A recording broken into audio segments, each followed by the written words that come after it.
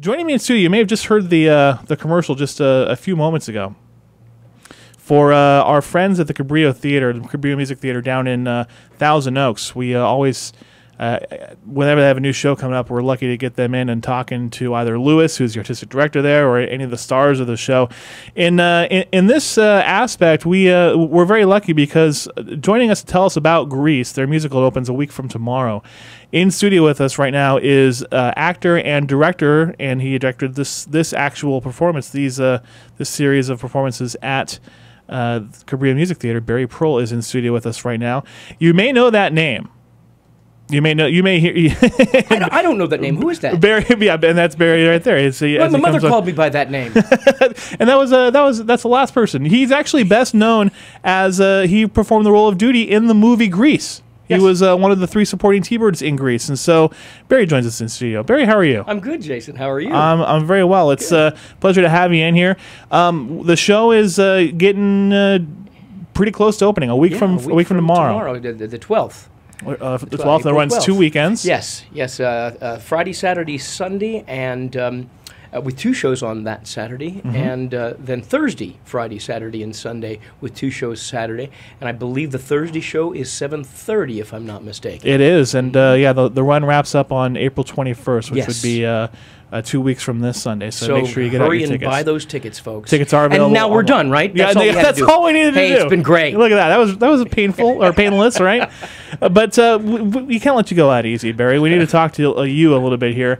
You were in the original film version of Grease, and so obviously you're getting to direct this show years later after you were in the movie version of it. Talk to me about what Grease has meant to your life and to the lives of the people that have talked to you about since you've been in the movie. I've always called it a wonderful haunting. Right.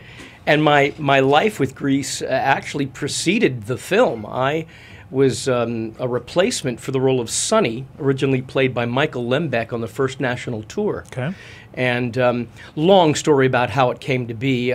You can read it in any interview I've ever done about Grease, but Michael had broken an ankle, and I came in as a replacement understudy, and subsequently Michael left the show when it had come out here to California in '73, and when he left, having worked with me before, the folks in the that produced the play hired me to take over for him, so I did the last 10 months of the show, 8 in Chicago and 2 in Toronto.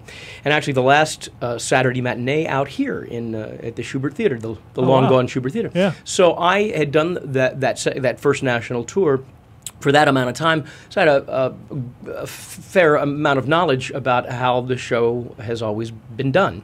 And subsequently, I moved out to California in 1976 and landed a television series when I first came out here, CPO Sharkey with Don Rickles. And a year after we started working, they didn't pick my contract up. And I was devastated that they didn't pick my contract up, but like my dear late pal Jerry Paris, who directed every episode of Happy Days, and who was in great part responsible for bringing me out here, said, oh, you know, but it means something's in the stars for you. Well, what was in the stars was being cast in the film Grease that I never would have been able to have done had I not been written out of CPO Sharkey. So now we have the movie, which was based on the stage play, certainly, but quite different in that Sandy Dombrowski became Sandy Olsen, became a gal from Down Under, played by the gorgeous and lovely and talented Olivia Newton-John. Right. And John Travolta, who had played Doody in the production that I had done, is now Danny Zuko in the film.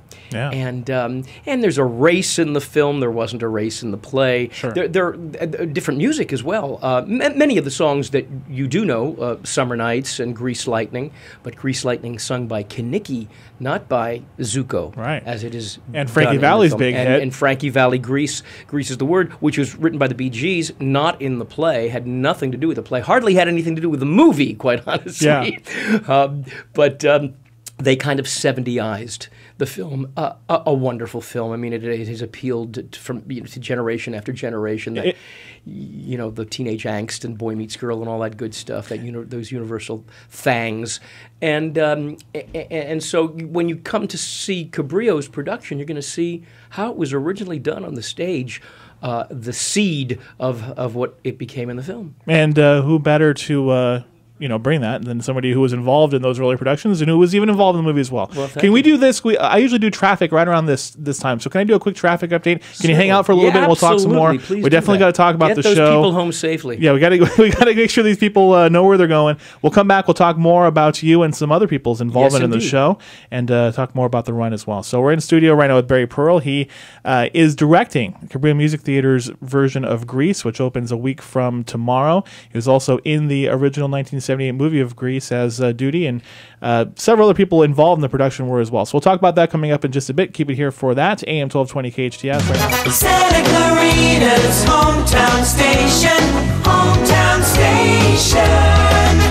AM 1220 KHTS. 321 now at your hometown station. We are back in studio with Barry Pearl. He is the director of Cabrillo Music Theater's production of Grease, which opens a week from tomorrow, Friday, February. What month am I in? Well, you want Valentine's Day all over again. That's what you I want to relive it with my fiance. Yes. There you go. April 12th, next Friday, April 12th at 8 p.m. It runs for 2 weekends. They've got the Friday night shows, the 2 Saturday shows, a matinee and an evening show, and then the Sunday performances, a matinee as well. Then the week after, April 18th, a Thursday show added, Friday night, and then 2 Saturday and 1 Sunday closing performance at 2 p.m. That's on April 21st. Barry Pearl is the director of the show. He was also in the original 1978 film of Grease, and he joins us in studio to talk about his production. And it has been so interesting over the years to see just how much of a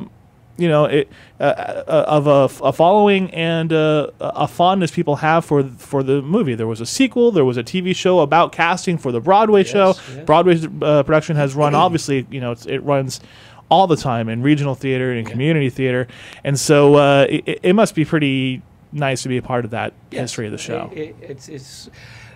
I was talking to Caitlin, the gal that works out in your reception area, and she's a young gal, and she said when she gets married and has kids, they'll probably be seeing the film as well. And it does span the generations. The appeal, first of all, the music and the dancing, the singing, and the talent on that screen, it can't be beat. But then you have the story of the teenage angst and the boy meets girl, and at the core of the film, as well as this production that we're doing, is the camaraderie, is the family that we have, the gangs when gangs were really safe and great to be a part of, right. So that element, that universal element of wanting to belong and the peer pressure and all that stuff, and the goals that everybody has to reach to stay a member of that family, it spans the generations. It's timeless. There are some other big names involved in this particular production of Grease, and including somebody who was with you in the film as well. Talk to me about that. Kelly Ward, who played Putsy in the movie, he's my choreographer. And just terrific. Kelly has directed and choreographed the show before, so he was a real feather in my cap. We've been a team the whole way down the line. And this is the first time that we've spent this much time together since we did the film back in 1978. We've all remained friends through the years, and we hang socially, but we're seeing each other day in, day out, and it's just a glorious partnership.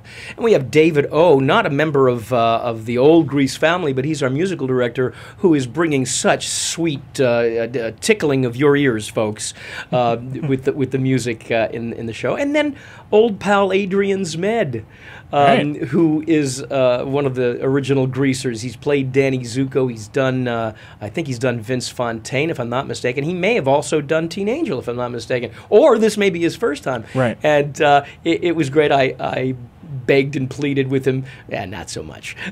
He said, didn't have to twist the arm too much. Not too much. Because he's a real hoofer, Sure. and he loves playing.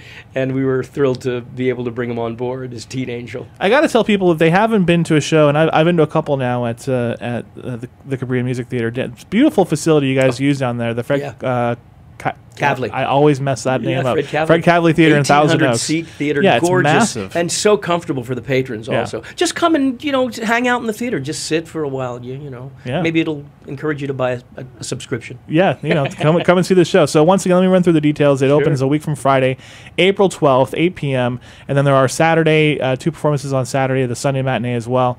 And then next week, the following week, Thursday, Thursday, See, April 18th. I can't get away from February. No, What happened in I don't February? know. It must have been particularly nice. It must have been. A fondness for February. Yeah. I'm going to write a song and put it in a musical. Fondness for February. Fondness for February. Oh, you know, I would be remiss, by the way, if I did not mention the fabulousness of my cast. Oh, yeah, My so we cast gotta of mention players. that, yeah. A fabulous group of kids. They just bring such energy and life and light into this production. I could not be doing it without them. Well, obviously, but we got real lucky casting this great bunch of kids.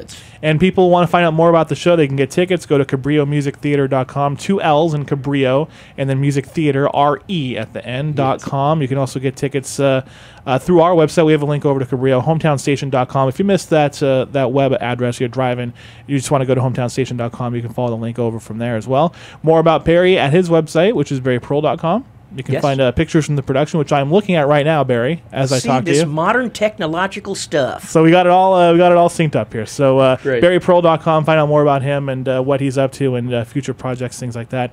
And as Barry mentioned, check out the season of Cabrillo Music Theatre. They've got lots of great shows coming up. And Legally Blonde is coming up after us. Should be very good. It's a great company. I've been associated for over 17 years. Come out and see the show, folks. Come out and support theater. We really need you because we cannot do it without you. And thanks, Jason, for having me on here. Appreciate it. I'm happy to do it. Congratulations. Thanks for taking the time. Appreciate You it. bet. Always nice to talk to someone who's so interested in the arts. So thank you, Barry. Barry Pearl is our guest. And Cabrillo Music Theatre Greece opening next week.